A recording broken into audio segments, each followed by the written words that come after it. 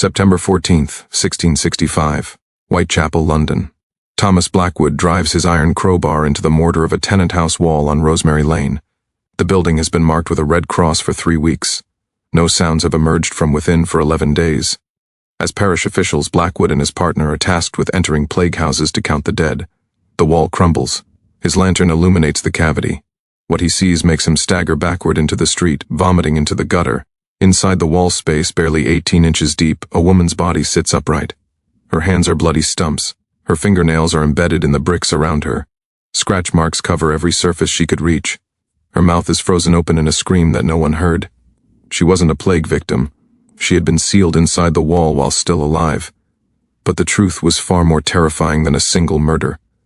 Because Thomas Blackwood was about to uncover something that would reveal the darkest secret of London's Great Plague, a secret that the rat catchers had been keeping, a secret that turned pest control into something far more sinister, and a secret that would expose dozens of victims who had been deliberately entombed alive while the city burned its dead.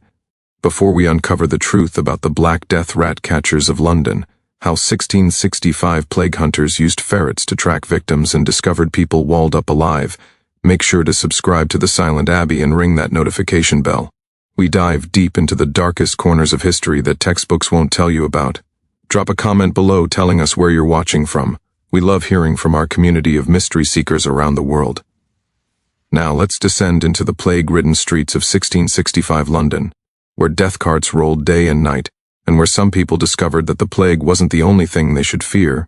London, 1665. The city is dying. The Great Plague has returned to England's capital with a vengeance not seen since the Black Death 3 centuries earlier. By summer, 1,000 people are dying every week. By September, that number has climbed to 8,000. The city's population of 500,000 is being decimated. Mass graves overflow in churchyards. The living cannot bury the dead fast enough. King Charles II has fled to Oxford with his court. The wealthy have abandoned their townhouses, retreating to country estates. The poor remain trapped in the city, crowded into tenements and warrens where disease spreads like fire through tinder. The streets of Whitechapel, Stepney, and St. Giles stink of death and quicklime. The authorities are desperate. Lord Mayor Sir John Lawrence has implemented draconian measures. Any house where plague appears must be sealed. A red cross is painted on the door with the words, "Lord have mercy upon us." Armed watchmen are posted outside to ensure no one enters or leaves for 40 days. Entire families are imprisoned together, the sick and the healthy alike, left to either recover or die. It is in this nightmare landscape that a peculiar profession emerges, the rat catchers. Rats are everywhere in London. They nest in the thatched roofs, tunnel through the walls, scurry through the streets in broad daylight. The city authorities believe, rightly, though they don't understand the mechanism, that rats are connected to the plague's spread. They offer bounties for rat tails. They hire men to clear the vermin from sealed plague houses before the buildings are fumigated and reopened. These rat catchers work in pairs. They enter homes where everyone has died, where corpses lie rotting in beds, where the air itself seems poisoned. They carry iron hooks, nets, and specially trained ferrets that can pursue rats through wall cavities and floor spaces. It is dangerous, filthy work. It is also highly profitable. One of the most successful rat-catching teams in Whitechapel is led by a man named Jacob Marr. Marr is 43 years old, stocky, with burn scars covering his left arm from a childhood accident. He is a former tanner who lost his business when the plague shut down commerce in the city. His partner is a younger man named William Cready, quiet and methodical, who keeps detailed records of their catches in a small leather journal. They work primarily in the East End, where the plague burns hottest among the crowded poor. Parish officials know them by sight. The watchmen at plague houses wave them through. They have the keys to sealed buildings granted by the magistrate himself. No one questions what the rat catchers do inside those houses of death. No one wants to know. The work is too grim, too dangerous, too close to the plague itself. And that, as it turns out, is exactly what Jacob Marr has been counting on, because by September 1665, Marr and Cready have been using their access to plague houses for something other than catching rats. They have been robbing the dead. Taking jewelry, coin purses, silver candlesticks, anything of value from corpses and empty homes. The plague has created the perfect cover for theft. Who would notice missing valuables in a house where everyone died? But somewhere along the way, the rat catchers discovered something even more profitable. They discovered that not everyone in the sealed plague houses was actually dead. Some were merely sick. Some were healthy family members locked in with the infected, and some of these people, desperate to escape, would pay anything to be set free. The rat catchers began offering a service. For a price, they would help healthy individuals escape from sealed plague houses. They would falsify their reports to the parish, claiming everyone inside had died. They would smuggle people out through back windows, through tunnels they'd dig beneath watchmen's posts. It was lucrative. It was also incredibly dangerous if discovered. The penalty for breaking plague quarantine was death. Then Jacob Marr had another idea, an idea that would make him far wealthier with far less risk. Why help people escape when you could take their money and ensure they'd never tell anyone? Eleanor Whitby is 31 years old, wife to a wool merchant currently in Amsterdam on business. She lives with her 2 servants in a house on Black Eagle Street. When one of the servants develops a fever and buboes, the plague examiner is called. The house is sealed within hours. Eleanor is healthy. She has no symptoms. She watches from her window as the Red Cross is painted on her door, as the watchman takes his post in the street below. She is now imprisoned in her own home with a dying woman. The servant dies on the 3rd day. Eleanor spends 4 more days alone with the corpse, terrified that she will be next, that the contagion will take her. On the 8th day, 2 men arrive. The watchman lets them pass. They are the rat catchers' official business. They enter through the front door carrying nets and iron hooks. Jacob Marr looks at Eleanor Whitby with eyes that assess her wealth instantly. He notes her rings, her dress, the quality of the furniture. He explains the situation with brutal clarity. The parish will not open this house for 40 days from the date of the last death. She has 32 days remaining. The food the watchman passes through the window will be bread and cheese and small beer. She will likely develop plague from exposure to the corpse. She will certainly go mad from isolation. Or, Marr offers, he can help her. For £100 he will record that everyone in the household died. He will smuggle her out tonight, get her passage on a boat to Gravesend, where she can make her way to her husband. The watchman will be none the wiser. £100 is an enormous sum. It is also far less than the value of Eliano. R's jewelry and the coins in her husband's strongbox. She agrees immediately. That night, Eleanor Whitby gives the rat catchers everything of value in her house. She waits by the back window, a small bag packed with clothes. The rat catchers tell her they will return at midnight with a cart. They never come back. 2 days later, the watchman hears sounds from inside the house, crashes, breaking glass. He reports it to the parish official, who assumes the woman has gone mad from plague fever, a common enough occurrence. The sounds continue for another day, then stop. When the house is finally opened in late September, they find Eleanor Whitby's body in the cellar. She is wedged inside a coal storage cavity behind a false wall the rat catchers constructed. Her throat shows signs of strangulation. The house has been thoroughly stripped of valuables. The death is recorded as plague. No investigation is conducted. Thousands are dying every week. Who has time to examine one more corpse? A print shop on Gravel Lane becomes infected. The master printer dies first, then his wife. Left behind are 3 apprentice boys aged 14 to 17, all healthy. The shop is sealed. The boys are trapped in the upper rooms. Jacob Marr and William Cready arrive on the 4th day. They offer the same deal to the oldest apprentice, Thomas Decker. The boys pool their savings. £23 every penny they have. Marr takes the money. He tells the boys to prepare to leave that night through the roof. The adjacent building is empty, also plague-sealed. They can cross the rooftops and climb down 2 streets over. At midnight, the apprentices wait on the roof. No one comes. At dawn, they try to return through the window they climbed from. They find it barred from inside. The rat catchers have nailed it shut. The boys spend 2 days on the roof, exposed to summer sun and night cold. They call for help, but the streets are largely empty. People avoid plague zones. Those who do pass assume they are plague-mad, delirious. On the 3rd day, William Cready returns with parish officials. He reports hearing sounds from the roof while conducting his rat-catching duties. The officials order the boys down, accuse them of breaking quarantine. The boys are immediately transferred to the pest house, the disease isolation hospital where the infected are sent to die. All 3 boys develop plague within a week. 2 die. The survivor, Thomas Decker, is released in late October, his mind broken. He will never speak coherently about what happened on that roof, though he wakes screaming about rats for the rest of his short life. The Morrison family, husband, wife, 3 children aged 4 to 9, lives in a 2-room tenement on Rosemary Lane. When the youngest child develops symptoms, the building is sealed. 6 families live in the building. All are imprisoned together. Within the narrow confines of the building, panic spreads as fast as disease. By the 5th day, 9 people are dead.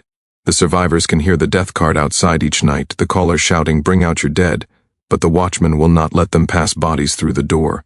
The corpses pile up in the ground floor hallway. Robert Morrison, the father, is a carpenter. He has 30 pounds saved, hidden in the wall of their room. When the rat catchers arrive, he makes the same deal others have made, but Morrison is smarter than some of the others. He insists on paying half up front, half when they are safely away. Jacob Marr agrees, though his eyes are cold. That night, the rat catchers return. They tell Morrison the family must hide in the cellar while they distract the watchman. All 5 Morrisons descend the narrow stairs. William Cready follows them down with a lantern. In the darkness of the cellar, among the foundations and the old storage chambers, Cready leads them to a small opening in the wall. "A tunnel," he explains. "Dug it ourselves. Comes out 2 streets over. You'll have to crawl, B. Children go first, then mother, then father. The 4-year-old goes first, disappearing into the dark hole, then the 6-year-old, then the 9-year-old daughter, then Mrs. Morrison. Robert Morrison is the last to enter. As he crawls forward, he hears his children ahead of him, whimpering in the darkness. He calls out reassurances. The tunnel is barely wide enough for his shoulders. He can smell earth and something else, something chemical and acrid. Then he hears the sound behind him, brick scraping on brick. The opening is being closed. He tries to reverse, to crawl backward, but the space is too tight. He shouts, he screams. From ahead in the tunnel, he hears his wife and children begin to scream as well. They have not been put into a tunnel, they have been put into a tomb. The opening that was supposed to lead 2 streets over is a dead end. The rat catchers have mortared bricks into a cavity barely 6 feet deep. The Morrison family is trapped in a space from which they cannot escape, cannot even turn around. The walls are solid stone on all sides. Their screams fill the cellar for hours, no one hears. The building above is full of plague, dead and dying. The watchman outside doesn't investigate sounds from within. He's heard plague victims scream before. By morning, the Morrison family is silent. Jacob Marr returns to the tenement 3 days later on official business.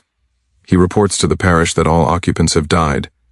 The building is fumigated, sealed permanently. It will not be open for months. Thomas Blackwood is not a rat catcher.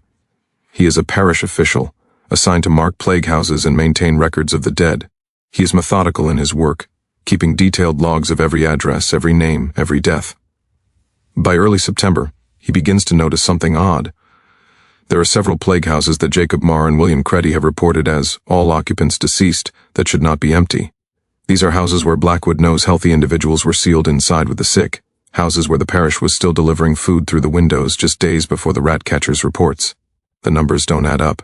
Blackwood is not a suspicious man by nature, but he is thorough. He begins cross-referencing the rat catcher's reports with Watchmen's logs, with food delivery records. He finds discrepancies, many discrepancies. On September 12th, Blackwood brings his concerns to the parish alderman. He is dismissed. The alderman has no time for accounting irregularities when 8,000 people are dying each week. If Blackwood wants to investigate, he can do so on his own time. So Blackwood does something dangerous. On September 14th, he takes his crowbar and breaking iron to a house on Rosemary Lane, a house that Jacob Marr reported as all deceased 6 days earlier, a house where Blackwood's own records show 5 people were sealed inside, 2 of them healthy children. He forces open the door. The watchman has already been reassigned. Blackwood enters alone. The smell hits him first. Not the sweet rot smell of plague death, but something else. Something worse. Fear sweat and human waste and chemical lime. He searches the ground floor. Empty. The upper rooms. Empty. No bodies. No sign of the family that should be here. Then he hears it. A sound from the walls. A faint scratching so quiet he almost misses it. Blackwood follows the sound to the cellar stairs. Down in the darkness, the sound is louder, scraping, something moving behind the wall. That's when he takes his crowbar to the mortar and discovers the woman sealed in the wall cavity. The woman with bloody hands and missing fingernails and a mouth frozen in a silent scream. But she is not alone. If this story is giving you chills, hit that like button. It helps us bring more of these forgotten histories to light. Share this with someone who loves dark mysteries. We're just getting to the most distant. Are being part of this investigation. Let's discover what happens next in the rat catcher's plague time killing spree. Be plague victims. It was a perfect crime, enabled by the chaos of the epidemic. Who would notice missing people when thousands were dying every week? Who would investigate suspicious deaths when mass graves were overflowing? The rat catchers had turned the plague into their cover, their alibi, and their hunting ground. The magistrates work through the night. By dawn on September 15th, They have compiled a list of every address mentioned in Creedy's journal. They organize search teams. Over the next 3 days, investigators break into more than 40 buildings across Whitechapel and Stepney. They find bodies in 23 locations. Some are individual victims sealed alone. Others are entire families trapped together. The youngest victim is 2 years old. The oldest is 63. Many of the bodies show signs of desperate struggle, broken fingers from clawing at bricks, bloody handprints on walls. Some victims had been sealed with their mouths gagged. The rat catchers had learned from early mistakes, learned that screaming victims drew attention even in plague houses. The physical evidence matches the journal entries perfectly. At each location, investigators find the exact number of bodies that Creedy recorded. They find jewelry and coins hidden in the rat catcher's own lodgings, items described in the journal as taken from specific victims. But Jacob Marr and William Cready are nowhere to be found. When magistrates go to arrest them on September 15th, their rooms are empty. The rat catchers have disappeared into the plague-ravaged city. A manhunt begins immediately. Watchmen are given descriptions. Port authorities are notified. Magistrates issue warrants. The reward for their capture is set at £100, an enormous sum, evidence of how desperately the authorities want these men found. For 2 weeks there are sightings but no captures. A man matching Marr's description is seen boarding a barge to Gravesend.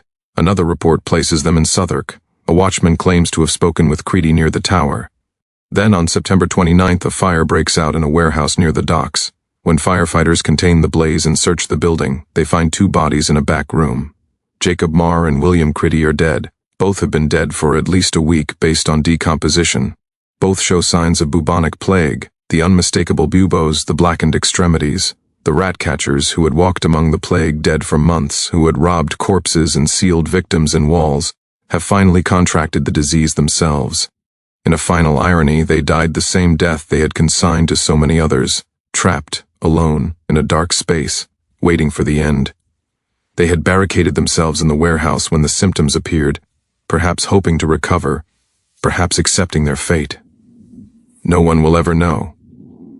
They left no final confession, no explanation for their crimes, but their journal speaks for them, and the bodies in the walls speak louder still. The investigation into the rat catchers' murders becomes one of the most extensive criminal inquiries in London history, despite occurring in the middle of the Great Plague. Lead magistrate Sir Edmund Pierce takes personal charge of the case. Pierce is known for his methodical approach to justice, and he recognizes that this case represents something unprecedented. These are not crimes of passion or desperation. These are calculated, systematic murders carried out over weeks, enabled by institutional access and public trust. The first challenge is identification of victims. Many of the bodies found in the wall cavities are too decomposed for visual recognition. Pierce orders that every body be examined by the plague examiners, the old women who inspect corpses to confirm plague death. The examiners can distinguish between plague victims and those who died by other means. Of the 53 bodies recovered from various locations, 41 show no signs of plague whatsoever. These are the murder victims. The remaining 12 had plague symptoms but also show signs of being sealed in walls. They died of disease, but the rat catchers had entombed them anyway, perhaps to conceal other bodies nearby. Pierce's investigators interview every watchman who stood guard at the affected plague houses. Many admit they had waved the rat catchers through without question. The men had official credentials, they had the parish seal, they were doing necessary work. Why would anyone suspect them? Several watchmen recall strange sounds from within plague houses during the rat catchers' visits. Screams, crashes.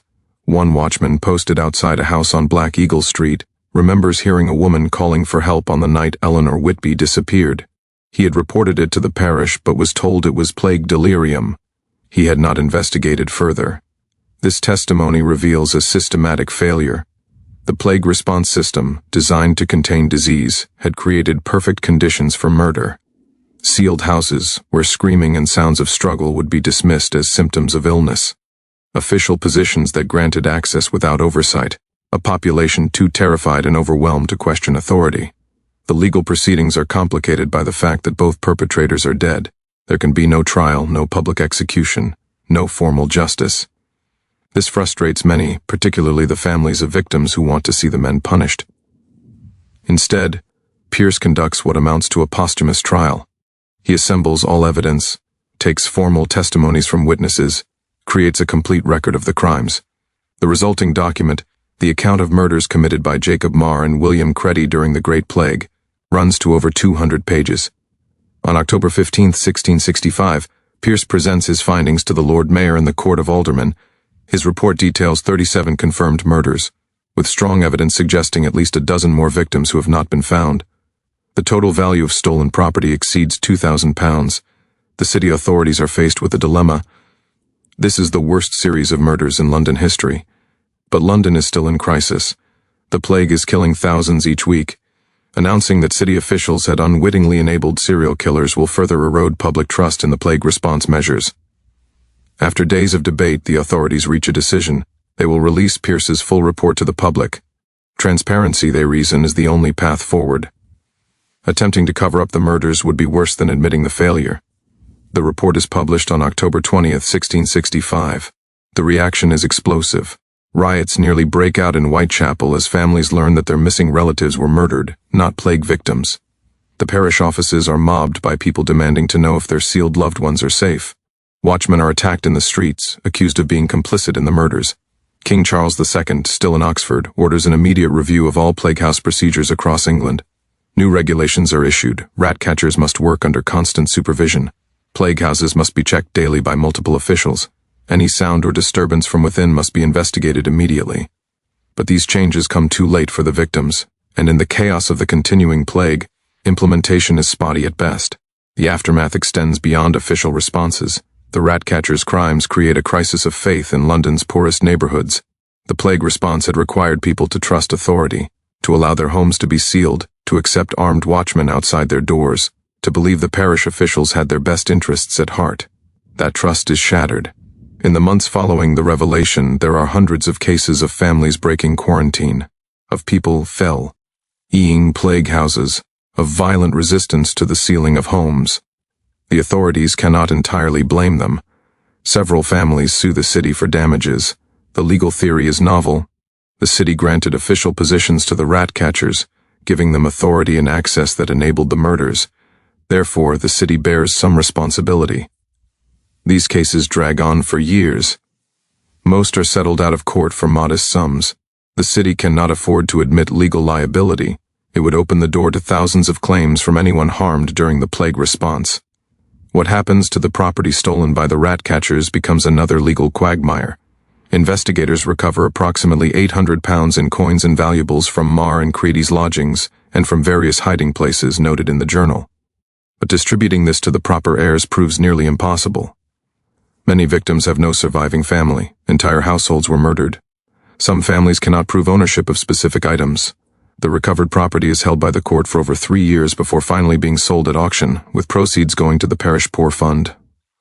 The bodies of the victims present their own challenge. Families want proper burials, but 53 additional corpses overwhelm the already strained burial system. Mass graves are still being dug throughout the city. Pierce arranges for a special burial ground to be established in a field outside Aldgate. On November 3, 1665, all identified victims of the rat catchers are buried together in individual graves. A stone marker is erected, paid for by public subscription. Here lie the innocent victims of wickedness during the Great Plague. May God have mercy on their souls and grant them the peace denied in life. The burial becomes a public event attended by thousands. It is one of the few moments during the plague year when the city comes together not in fear but in grief and solidarity. The Lord Mayor attends. Clergy from multiple parishes conduct the services. Families who have lost members weep openly. For many Londoners, this burial represents more than mourning for specific victims. It represents acknowledgement of all the suffering, all the fear, all the loss that the plague has brought. The rat catchers' victims become symbols of the plague year's broader tragedy. The bodies of Jacob Marr and William Cready receive no such ceremony. They are buried in the common plague pit at Goswell Field, unmarked and unmourned. There is discussion of displaying their bodies on gibbets as warnings, but the advanced decomposition makes this impractical. Instead, their names are recorded in the parish register with a note, "Murderers, may God have mercy." As winter approaches and the plague finally begins to wane, the investigation continues. Magistrate Pierce remains convinced there are more victims. Cready's journal has some cryptic entries that don't match recovered bodies, names with no addresses, payments with no locations, references to the usual place that investigators never identify. Throughout November and December, Pierce's men search abandoned buildings across East London. They find 3 more bodies sealed in walls, though whether these are the rat catcher's victims or other plague-time crimes is never definitively established. The final accounting, published in March 1666, lists 41 confirmed murders, with 12 additional probable victims. The true number will never be known. The plague destroyed so many records, scattered so many families, that comprehensive accounting is impossible. One particularly haunting aspect emerges in the investigation's later stages.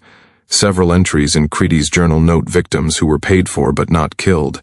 These appear to be cases where the rat catchers actually did help people escape from sealed plague houses. Why they spared some victims and murdered others remains a mystery. Some investigators theorize it was based on payment amount. Larger sums triggered murder and robbery, smaller sums were honored. Others suggest it was opportunity. Sometimes the risk of being caught outweighed the profit.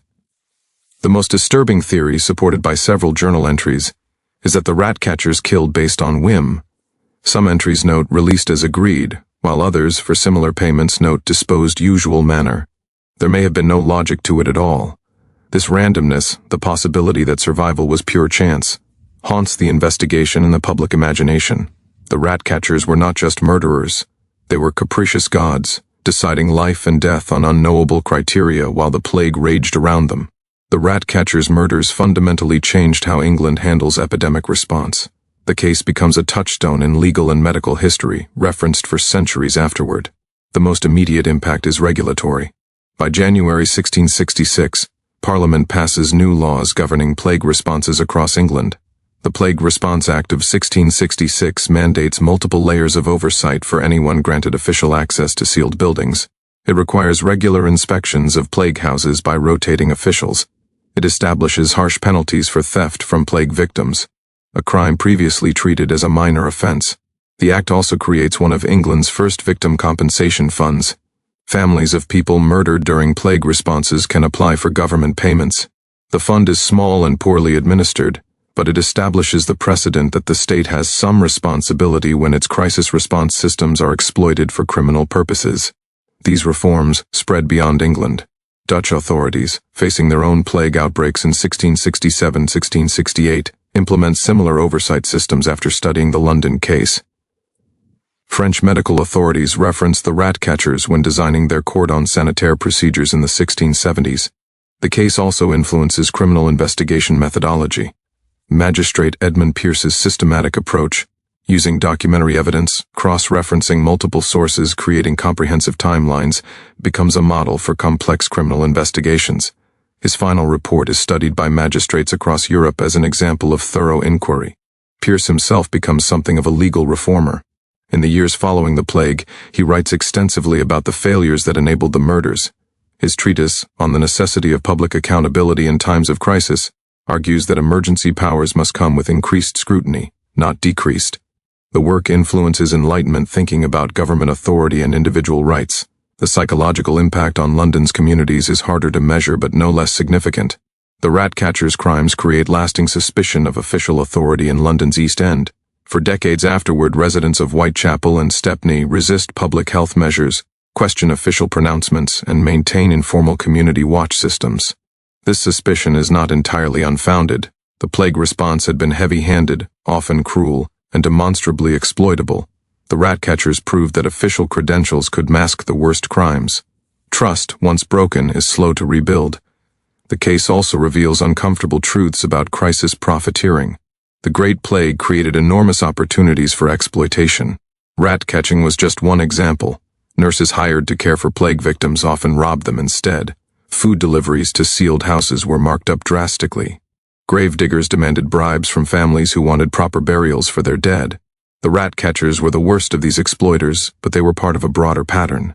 Crisis conditions, the breakdown of normal oversight, the desperation of victims, the overwhelmed authorities, create perfect conditions for predatory behavior.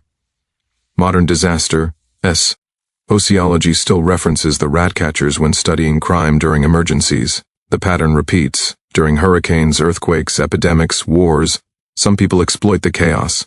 The London case provides one of the earliest well-documented examples. The murders also influenced medical and scientific thinking about plague itself.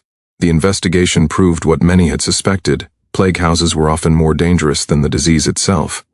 sealing healthy people in with the sick guaranteed spread of infection. The rat catcher's ability to work among corpses for months without contracting plague until the end suggested that brief exposure was less dangerous than prolonged quarantine. These observations contributed to gradual changes in quarantine practices. By the early 1700s, plague responses in England emphasized isolation of the sick rather than sealing entire households. The rat catcher's crimes, paradoxically, led to better public health practices. The case enters popular culture quickly. By 1667, a ballad called The Rat-Catcher's Lament circulates in London, a gruesome retelling of the crimes. Morality plays depicting the murders appear in the 1670s. The case becomes a standard example in sermons about sin and punishment, about the corrupting influence of greed. Some of these cultural artifacts survive. The Rat-Catcher's Lament exists in several printed versions. One verse captures the public's mixture of horror and fascination. They came as helpers in our plight, with nets and hooks and ferrets bright but death they brought in plague's disguise and sealed our kin 'neath London's skies. The murders also become part of London's ghost folklore. The tenement on Rosemary Lane, where the first bodies were discovered, develops a reputation for being haunted. For years afterward, people report hearing scratching sounds from the walls, screams from the cellar. Whether these are genuine hauntings, the building settling, or mass suggestion is irrelevant. The psychological impact is real. The building is finally demolished in 1672. Workers reportedly refused to salvage bricks from the walls, believing them cursed.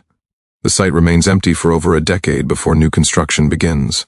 Perhaps the most significant long-term impact is on how societies think about vulnerability during crises. The rat catcher's victims were not randomly selected. They were people who had money but lacked power. Moderately wealthy merchants, skilled craftsmen, comfortable tradespeople, people with valuables to steal, but without the social connections to command official protection. The very poor had nothing worth stealing. The very rich had fled the city or had sufficient influence to ensure careful oversight of any plague house sealing. It was the middle, the modestly successful, the self-made, the upwardly mobile, who were most vulnerable to predation. This pattern of middle-class vulnerability during crises becomes a recognized phenomenon. The rat catchers become an early example of what modern scholars call crisis exploitation of the economically vulnerable. The case is referenced in studies of disaster profiteering from Hurricane Katrina to COVID-19. One particularly poignant legacy emerges in the 1680s. A survivors group forms, people who had paid the rat catchers but were released rather than killed. These individuals feel profound guilt that they survived while others died, that random chance determined their fate. The group establishes a memorial fund to support children orphaned by the plague. They commission the creation of additional grave markers for the rat catcher's victims. They lobby for legal reforms to protect the vulnerable during epidemics. This survivors group becomes one of London's first documented mutual aid societies, a forerunner of later charitable organizations. It operates until the 1720s, gradually expanding its mission to help victims of all disasters, not just the plague. By the time the last member dies in 173, the group has helped thousands of people, but they never forget why they formed. Their final meeting minutes, preserved in parish records, include this passage: "We were spared by fortune alone, while others perished by wickedness. We dedicate our remaining years to ensuring no crisis is again exploited so cruelly." The rat catcher's story also influences how London prepares for future plagues. When plague returns to Marseille in 1720-1722, London authorities study the 1665 response in detail. They specifically reference the rat catchers when designing new protocols. The goal is to prevent similar exploitation while still containing disease. These preparations prove unnecessary. The 1720s plague never reaches England, but the planning process itself matters. It represents a shift toward evidence-based public health policy, toward learning from past failures rather than repeating them. The case even influences architecture. After the Great Fire of London in 1666, the rebuilding of the city includes new building codes designed partly with the rat catchers in mind. Buildings must be constructed with sealed wall cavities that cannot easily hide bodies or create secret spaces. Cellars must have multiple exits. These regulations are primarily for fire safety, but the plague murders are explicitly referenced in the parliamentary debates. Modern Whitechapel retains almost no physical trace of the rat catchers' crimes. The buildings where bodies were found have long since been demolished and replaced. The burial ground outside Aldgate was built over in the 1800s. Even the street names have changed. But the memory persists in local history. Walking tours of plague-era London include the story. Historical markers note the approximate locations of key events. Academic historians continue to study the case as an example of crisis-time criminality. What the rat catchers ultimately reveal is a dark truth about human nature, that catastrophe creates opportunity for both heroism and horror. While thousands of Londoners died caring for plague victims, sharing resources with neighbors, maintaining human decency in the face of apocalypse, at least 2 men saw only profit in suffering. This duality, the best and worst of humanity revealed simultaneously, is perhaps the case's deepest legacy.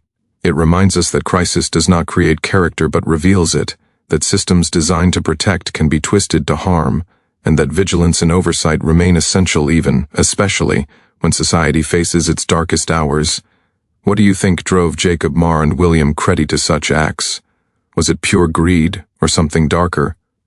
Did they start as thieves and descend into murder, or were they killers from the beginning who found the perfect cover?